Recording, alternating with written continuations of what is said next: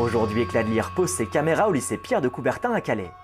Ouvert il y a près de 50 ans, le lycée a toujours accordé une grande place à la culture à travers différentes options.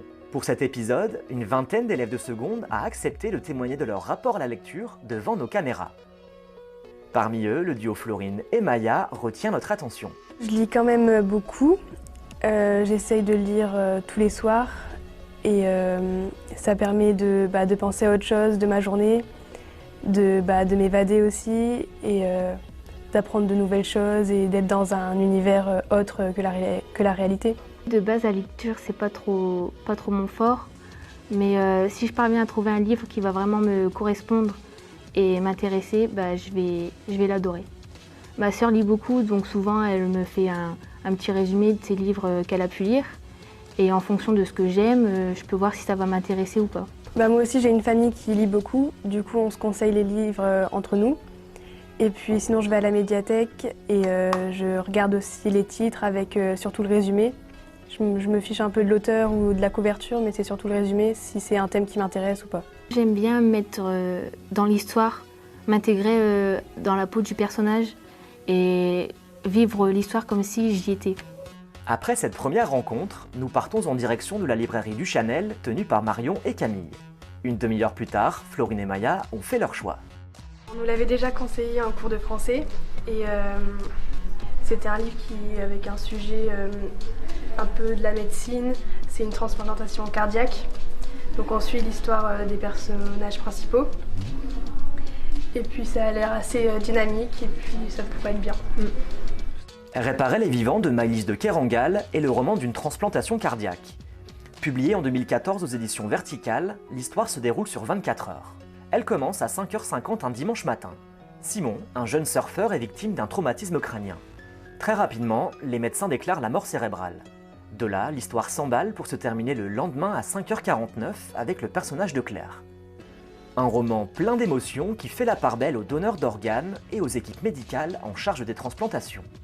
Le livre a reçu pas moins de 10 récompenses, dont le Grand Prix RTL Livre ou encore le prix littéraire Charles Brisset.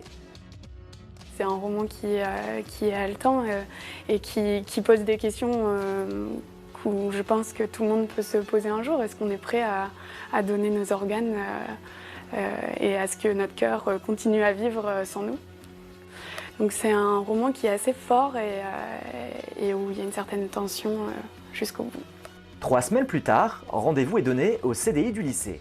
Nous retrouvons notre binôme. Qu'ont-elles pensé de leur lecture? On débriefe. Globalement, on parle surtout du don d'organes, mais on parle aussi de la vie, de la mort. Il y a beaucoup une réflexion sur toute la vie, toute la mort et du don en général. Est-ce qu'on peut donner quelque chose à une autre personne qui en a besoin? On parle beaucoup de sa famille, de ses parents, comment ils vont réagir face à ça, face à la mort de leur enfant. C'était quand même assez touchant et parce que on s'identifie fort au personnage. On suit tout le malheur qui arrive à sa famille et c'était aussi très instructif. On en apprend plus sur l'hôpital, tout l'univers hospitalier et il y a beaucoup de vocabulaire, le lexique médical et on apprend beaucoup de choses dans ce livre. Dans l'histoire, toutes les vies qui sont autour de Simon, avec sa mort, entre guillemets, toute leur vie elle va être chamboulée du jour au lendemain. On s'attache au personnage et puis on réfléchit, si on était à sa place, qu'est-ce qu'on ferait? Et c'est un livre qui m'a fort plu. J'ai adoré parce que y a beaucoup d'émotions, on ressent beaucoup de choses. Puis dans la façon d'écriture, c'est beaucoup détaillé. Donc on arrive facilement à se mettre à la place et à imaginer.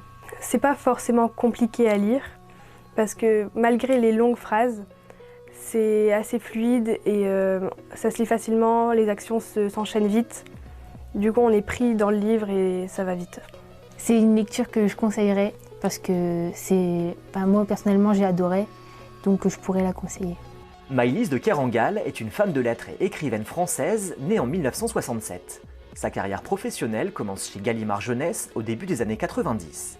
Quelques années plus tard, elle crée les éditions du Baron Perché, spécialisées dans la jeunesse, avant de se tourner définitivement vers l'écriture.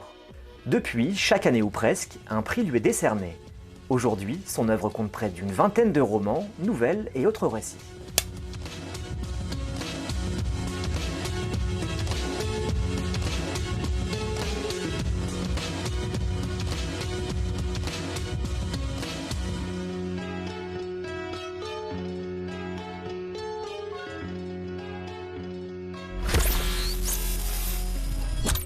Poursuivez l'expérience Éclat de lire sur notre page Facebook.